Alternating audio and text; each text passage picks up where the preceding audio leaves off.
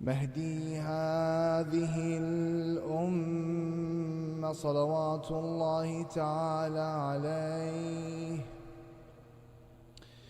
اللهم كن لوليك الحجة ابن الحسن صلواتك عليه وعلى آبائه في هذه الساعة وفي كل ساعة وليا وحافظا وقائدا وناصرا ودليلا وعينا حتى تسكنه أرضك طوعا وتمتعه فيها طويلا برحمتك يا أرحم الراحمين.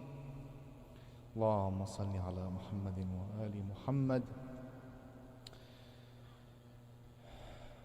For Allah Ta'ala to hasten the reappearance of the Imam of our time, please recite aloud salawat ala Muhammad wa ali Muhammad.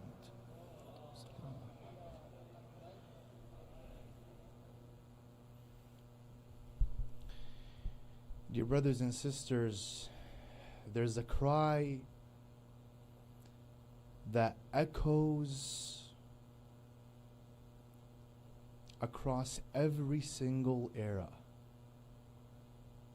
which is the cry of Imam al-Hussein alayhi salam on the day of Ashura, when he stood leaning on the pole of the tent, of his tent, after he was alone. His companions, his brothers, his nephews were killed and martyred. He called, it's a plea, he said, ألا هل من ناصر ينصرني ألا هل من معين يعيننا. Is there anyone that can come for our aid? A lot of the mu'mineen, and it's really evident on your faces, wish that they existed at a time where they had the ability and the potential to respond to that call.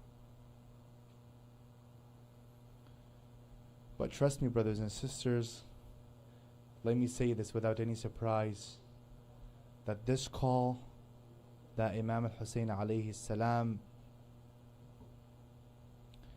dictated on the plains of Karbala is not bound by time or to a certain generation.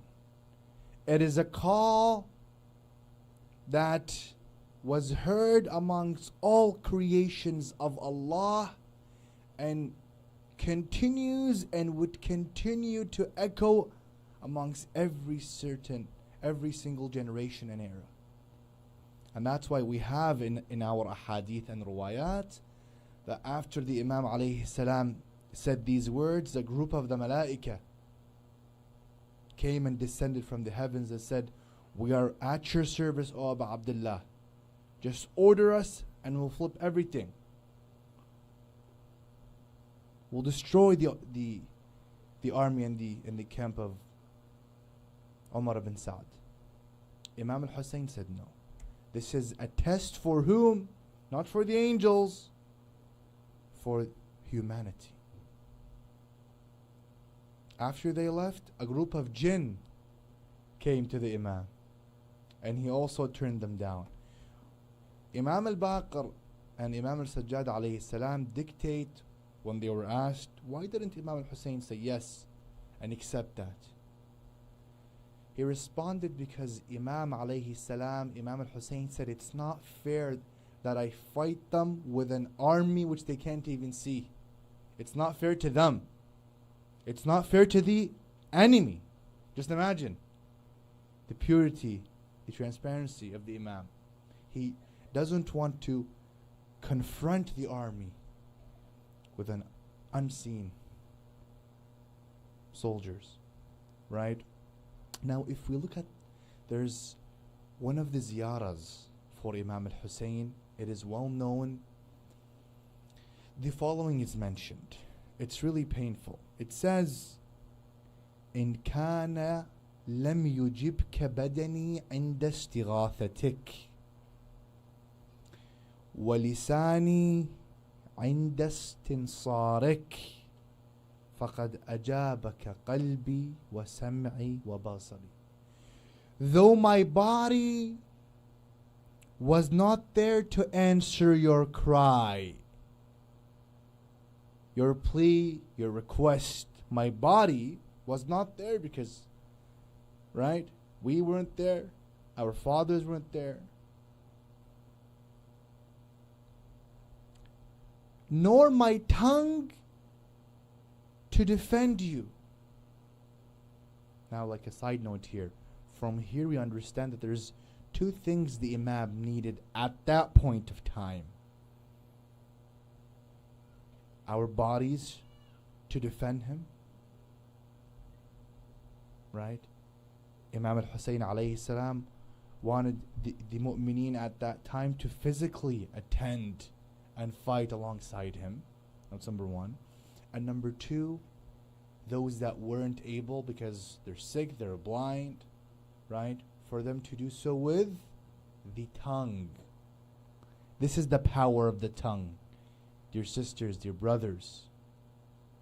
So he says, though my body was not there to answer your cry, nor my tongue to defend you with words, my heart, my ears, my eyes have submitted and responded to your call, O Aba Abdullah. My heart, he says, my heart. And yesterday we spoke about how the human can ascend spiritually, right? It's the heart. Should not be sealed, right? So he's saying, despite the fact that there was a barrier due to time for me to be present there, right, physically, right, plus the fact that we didn't have the potential to either defend you as well by the tongue, despite all that, we are supporting you with our hearts. Now, the meaning of that is really profound. That by itself needs a lot of lectures, so I don't want to go into that. But I want to ask this question. The Imam wanting us to stand, right, physically and defend, or by the tongue, against whom? The enemies, right? The enemies. My question is, are the enemies still present today? Are there enemies of Imam al-Hussein? Yesterday, I went back home at 1:15, 1:30, and I was scrolling through X, like Twitter, right? And I saw a post by someone, right, in Arabic, which I wasn't able to continue to read. I read halfway, and I wasn't able to continue to read because I knew that if I read the whole thing, I would have to respond. And if I were to respond, I wouldn't be able to contain myself in my response. He said there's 4 khulafa, right? 1, 2, 3, and then Muawiyah, and then Yazid, and then he started cursing Imam al-Hasan, Hussein, and Amir al-Mu'mineen. Right? And then I stood and I told myself, if today Karbala was to be repeated, today, right? June 30th or the 31st, or today's June the 30th, if I'm correct. If today Karbala were to be repeated, this person would definitely be amongst the first to stand and kill the Imam. Because he has the grounds for that. He's well prepared. Right? So the Imam, yes, the Imam does have enemies today. Now, if the Imam does have enemies today, doesn't that mean that call that's still ongoing to support him against the enemies, doesn't that apply here today? Doesn't that mean and take us to the conclusion that we should support the Imam through the tongue and the body as well?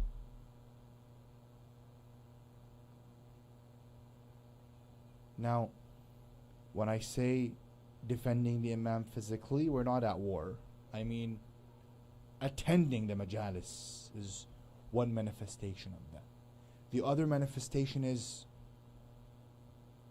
going out and speaking to people and informing them who Hussein is, those that don't even know, don't have an idea.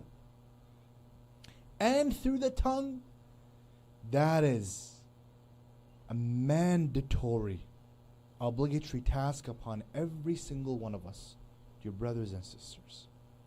Wherever we are, at home, at school, at the mosque, with friends, over social media, it's a responsibility upon every single one of us, right, to defend Imam al-Hussein and to stand up for him on every single plane and platform.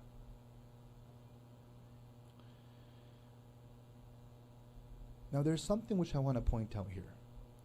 Here it says, إن كان لم يجبك بدني عند استغاثتك.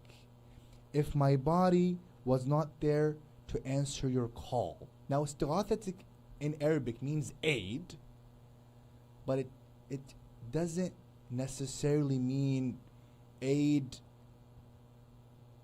that entails victory. There's a possibility that if the Imam were to call you and you support him, you fight and you die. Right? So the Imam, no matter there's victory or not on the grounds, he wants that type of aid. Aid wherein there's victory or not, you are there by the Imam. وَلِسَانِي عِنْدَ اسْتِغَاثَتِك, that's different here. Istighathatik in Arabic means aid that is continuous until you establish victory. So in the ziyarah, it's really precise. It wants us to use our tongues to support the Imam continuously, but not only that, up until we reach victory. We convince those. This is something extremely crucial and important. There's a narration by one of the fuqaha. This guy is a jurist, a scholar, a true scholar. One of the highest ranked at the time of Imam al-Sadiq alayhi salam. This person, his name is Safwan al-Jammal. This person was walking, right, on a trip, on a mission with Imam al-Sadiq from Medina to Mecca. And he noticed that Imam al-Sadiq is sad, heartbroken.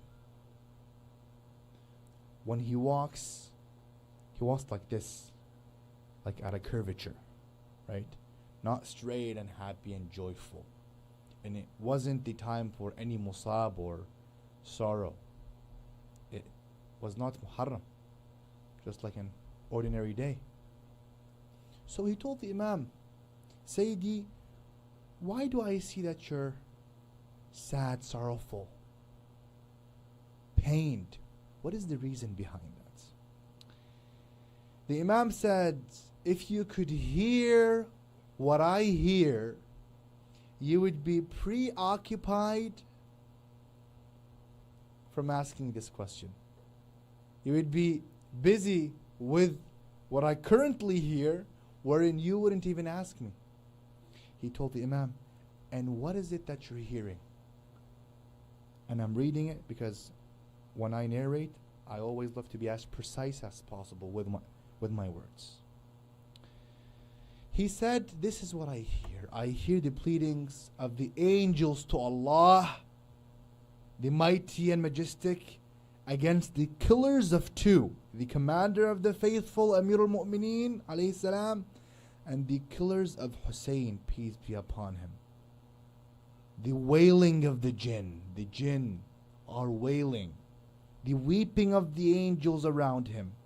and their intense distress. And then he turned around to Safwan al-Jamal.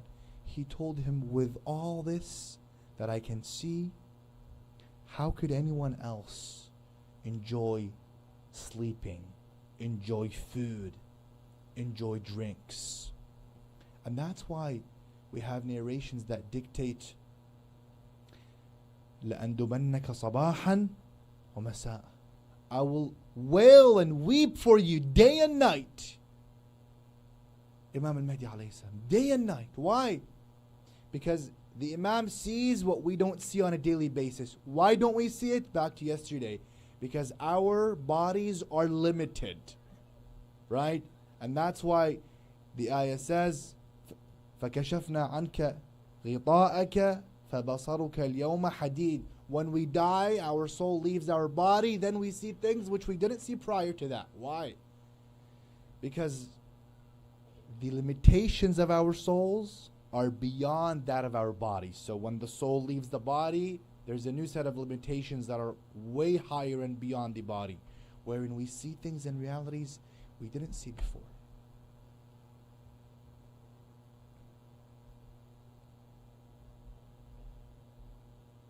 This is a lesson to us, dear brothers and sisters, that because usually after the first 10 days maybe, or maybe after Muharram, that heat that we have inside, right, and that pain which we have for Imam al-Hussein fades away little by little up until the second year of Muharram, and then so on. And you know what? Whereas Imam al-Mahdi, day in and day out, every single day of the year, he's pained. Every single. Why? Because what he sees and what he hears, right?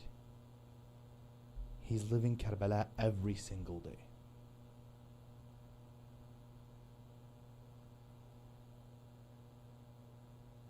There's a story, a very nice story, which I want to share with you, right? Which proves to us the importance, dear brothers and sisters, back to the topic of supporting the Imam through the tongue. Trust me, dear brothers and sisters, Shi'ism, our religion, is a religion that was established upon the skulls of several martyrs across history. From the time of Rasulullah. It's not something that just came easily. Again, as I mentioned yesterday, ارتد الناس بعد الحسين بن علي إلا ثلاث. People went astray after Imam al-Hussein except for three, right?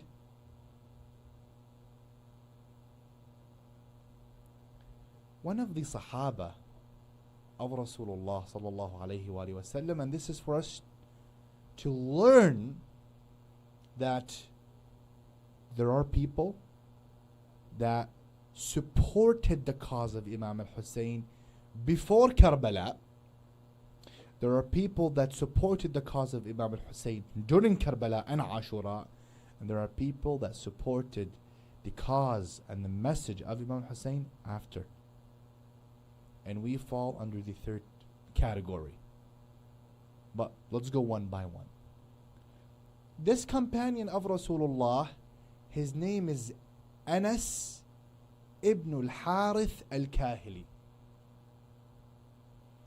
At the time of Karbala, he was 85, 90 years old, dear sisters. 90, 85, 90 approximately. Right? This person witnessed Badr, Uhud, right? Fought with the Imam Ali alayhi salam during Siffin, right? And then fought with Imam al-Hussein alayhi salam. At the age of 85, he left the camp of Imam al-Hussein all the way to the camp of the army to fight them with a cane.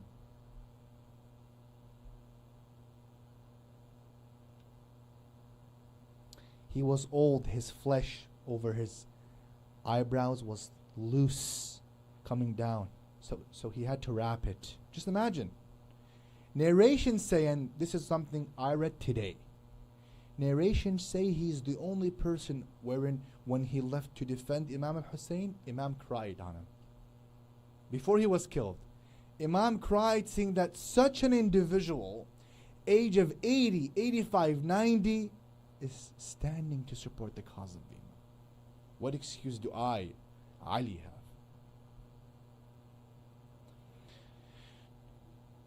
Let's go back before the demise of Rasulullah. Anas ibn al-Harith al-Kahili once visited Rasulullah sallallahu alayhi wa sallam. Once again, please.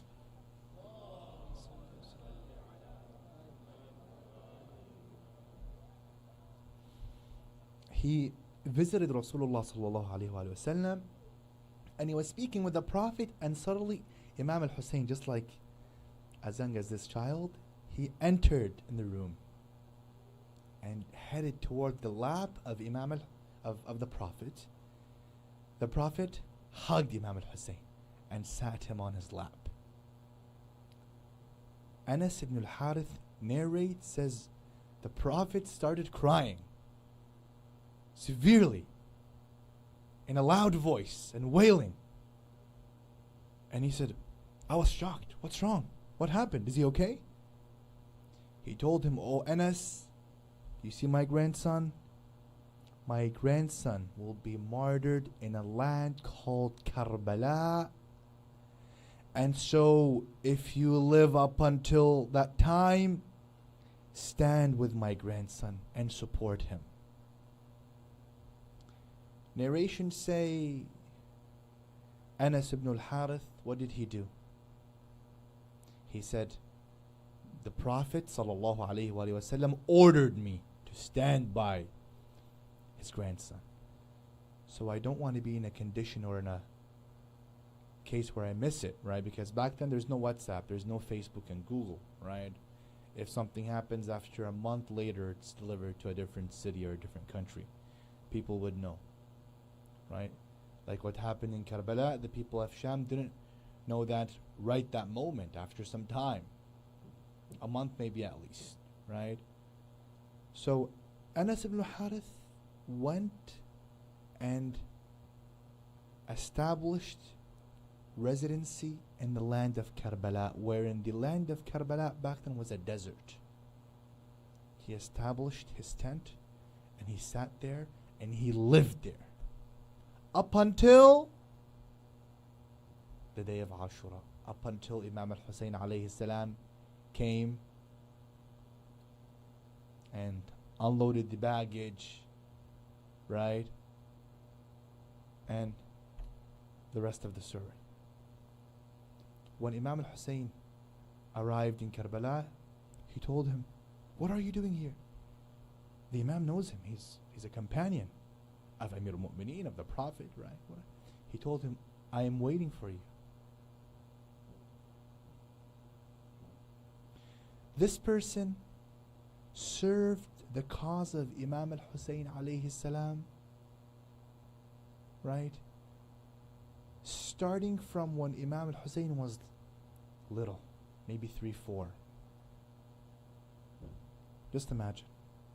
And there are some people that serve the cause of Imam al-Hussein on the day of Ashura. But there's this one story that really pains me personally, on a personal level. And not many people have heard of this name. A man named Al-Hifhaf. If you just go on the internet and write Al-Hifhaf, right? I don't recall the full name, but his name is Al-Hifhaf. This person, after Imam al-Hussein alayhi salam was killed and martyred on the plains of Karbala, this person arrived late. He arrived, he saw dust on the battlefield. He looked, he saw rods with heads on top. He saw bodies piled up on the land of Nainawa. Once he asked, they told him that is the head of Al-Hussein, the rebel. He sat next to the body of Abu Abdullah and told him, Oh Hussein, if I was too late to support you, then I'm not too late to revenge you, O Aba Abdullah. And he picked up his sword and he fought and he was killed. He's the only person that was killed after Imam al-Hussein. Because as we know, Imam al-Hussein was the last individual to attend the battlefield, right? Al-Hifhaf was the last. But just imagine, he came after the event of Karbala, so he could have easily, right, saw everything and said, okay, the Imam was killed. What purpose is there for him to attend the battlefield? Because the Imam, right, like this whole idea, the companions coming out to support the Imam, the objective was what? To support the Imam. But now the Imam is gone. He's killed. This person, despite that, he stood up and he fought for the Imam. After the Imam. This is what me and you can do. And should do. Is to support the Imam. We have a big task. Right? And that's why one of the ulama and the companions and the servants of Imam Zayn al-Abidin, Abu Khalid al-Kabuli, right? And this is also a lesson, because nowadays we're not going to lift a sword and fight. This is gone, right? We educate, we speak up through words. As we know, after Imam al-Hussein alayhi salam was killed, Ahlul Bayt alayhi salam were pressured so much up until the fall of the Umayyad dynasty, right? So they weren't able to preach anything. The Ahlul Bayt, Imam Sajjad, Al-Baqir, right? They didn't have the ability to preach as much. They were always pressured under surveillance. Abu Khalid al-Kabuli, one of the companions of Imam Zayn al-Abidin, what did he do?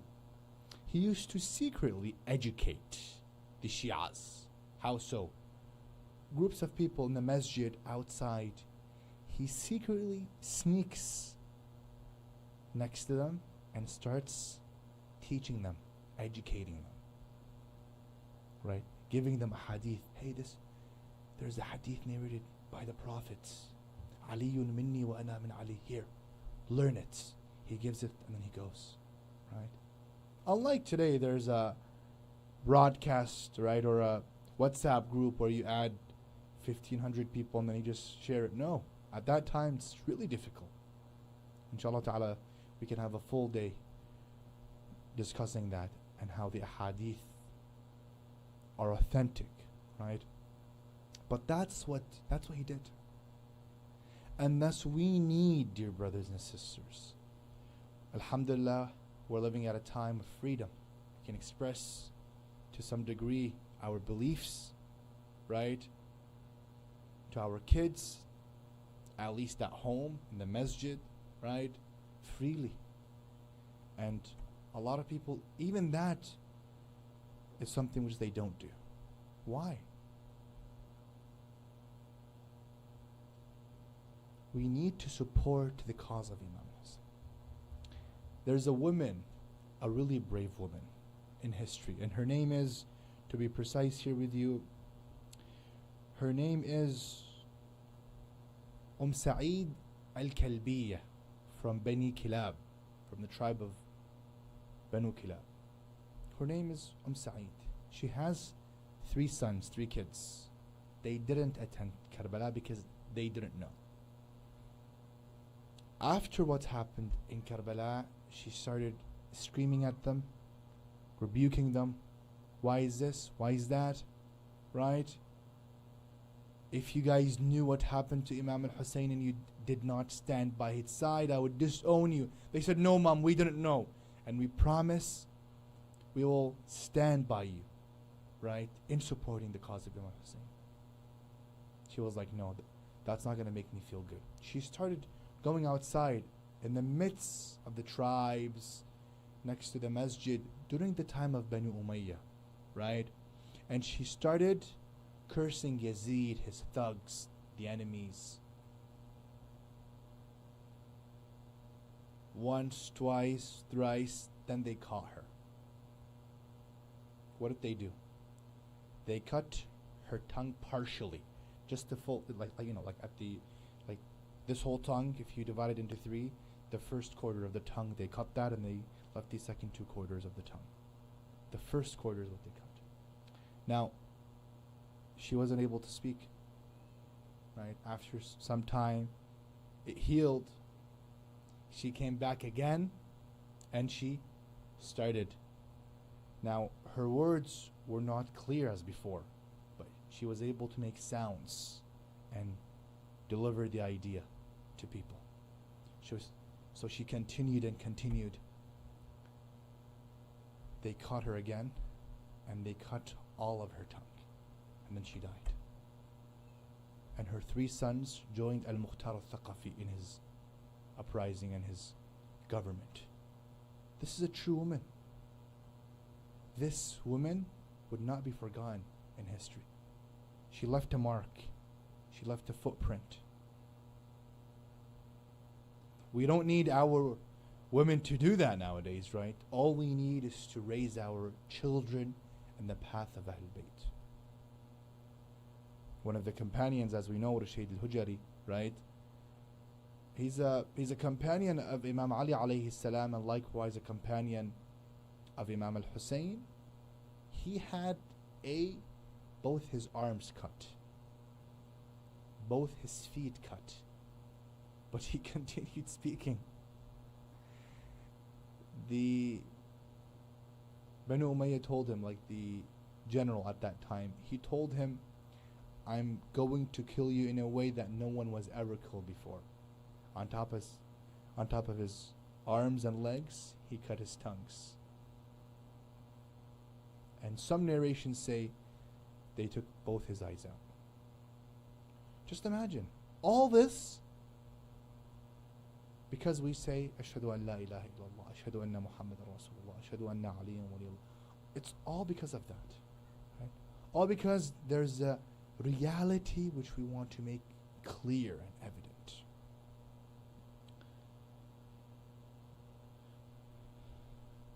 And so our task, dear brothers and sisters, is just like Al-Hifhaf, who joined the battle late. We joined it late as well, right?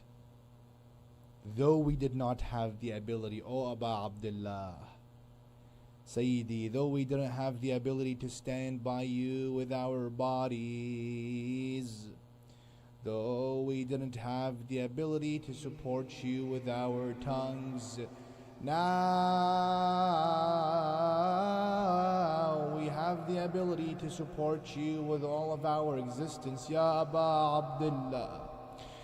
Dear brothers and sisters, these days we remember a revered and a respected woman named as Ummul Baneen.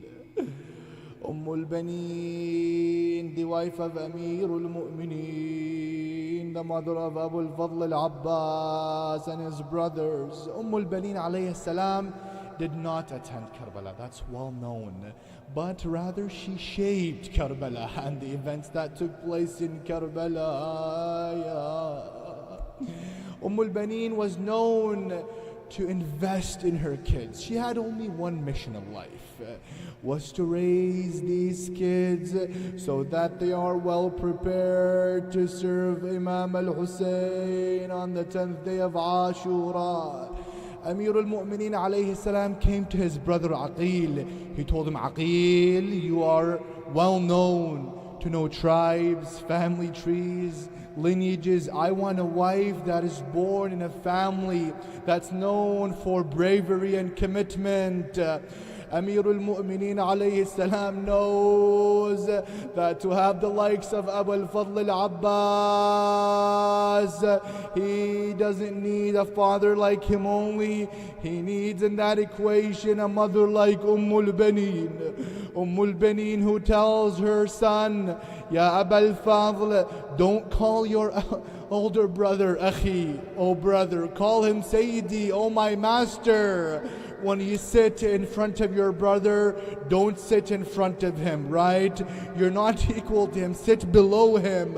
All of these are teachings of ethics and morals, Ya al-Baneen.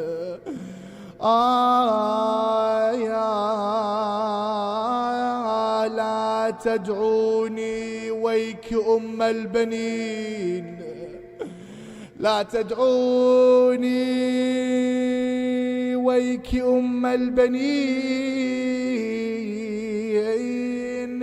تذكريني باليوث العرين. Don't call me al-Baneen.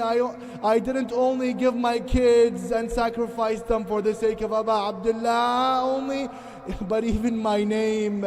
Don't call me al-Baneen anymore, because I sacrificed them and they're not there. But she said, I just want to confirm one thing.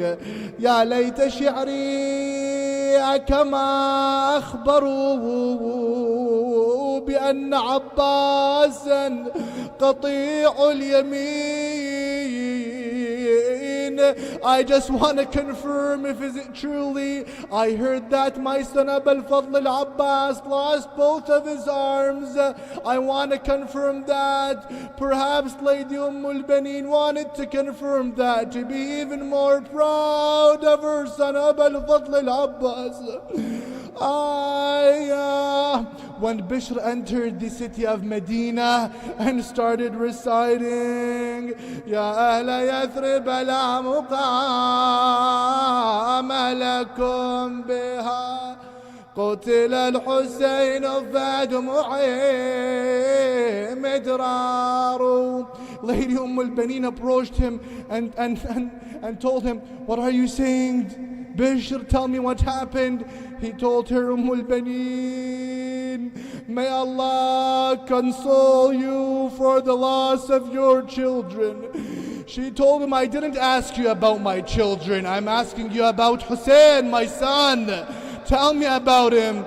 He told her, al-Baneen, may Allah console you over the loss of Abu al-Fadl al-Abbas. al-Baneen, when she heard that, she dropped. But she remained resilient and told him, Oh Bishr, I asked you about my son Hussein. He said, if you insist, may Allah console you over the loss of Hussein. Ya Habibi, Ya Hussein, Noor Aini, Ya Hussein. لا حول ولا قوة إلا بالله العلي العظيم. إنا لله وإنا إليه راجعون. وسيعلم الذين ظلموا آل محمد أي منقلب ينقلبون والعاقبة للمتقين. O Allah, we appeal to you and we ask you by the ranks of al-Baneen, Sayyidat al-Ma'rifah. We ask you أن تشافي صدر الحسين بظهور الحجة, to help heal the pains in the chest of Imam al-Hussein, his crushed bones, by hastening the reappearance of our Imam salawatullahi ta'ala alayhi. Anyone from our brothers and sisters who has a request, who has a need that's in their favor, O Allah, grant them that need. بحرمة محمد وآله. Anyone who's sick, has a health problem, right? O Allah, look them through the eyes of al-Baneen, the eyes of mercy, right? بحرمة محمد وآل محمد. وإلى أرواح المؤمنين والمؤمنات. رحم الله من قرأ الفاتحة مسبوقة بالصلاة على محمد وآل محمد.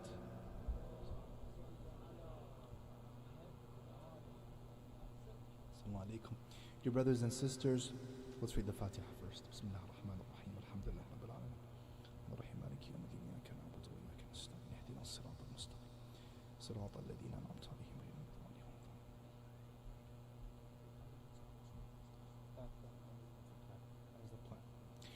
Dear brothers and sisters, we have a quick Q&A, but just before that, and I used to do that every single year, is I always like to share two ahkam, two jurisprudential laws, right?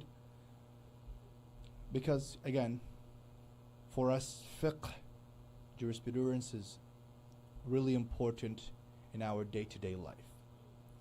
A lot of my brothers ask me about tattoo, right? And my sisters as well, I've had a lot of questions before asking about the eyebrow tattoo. I think it's called something of that nature, right? It's something under the skin, right? Now, for the men, tattoo in general, per se, there's nothing wrong with it, right? But we have to be mindful of a few things. Number one, your social position and status. Like for example, right? If I go right now and have a tattoo from here to here and someone looks at that, they might say something, right? Like, again, this guy's a sheikh and he's all that and he's preaching and has all this, this tattoo. It's not compatible, right? If you're a sayyid, likewise, look at your position and social ranking. Is this something that would cause people to criticize you, to say, what is this person doing, right? So in terms of halal and haram, there's no problem there. It's definitely halal. But in terms of is it accepted socially, this is something which we should also be mindful of. Now, as for the women, based on the ruling of Sayyid al-Sistani for eyebrow tattoo, he says again, per se, because it's under the skin, there's no problem with it. But if it's considered socially as a form of zina, adornment, wherein if someone looks at it, it causes some sort of excitement, right? Then you should cover it from a person who is non-mahram, right? That's one question. Another question pertains to the idea of makeup, mascara, all these things, right? What is the ruling behind that? Some women say light makeup, something that people wouldn't, notice. According to Ayatollah Sayyid al-Sistani, it is prohibited. It is not allowed.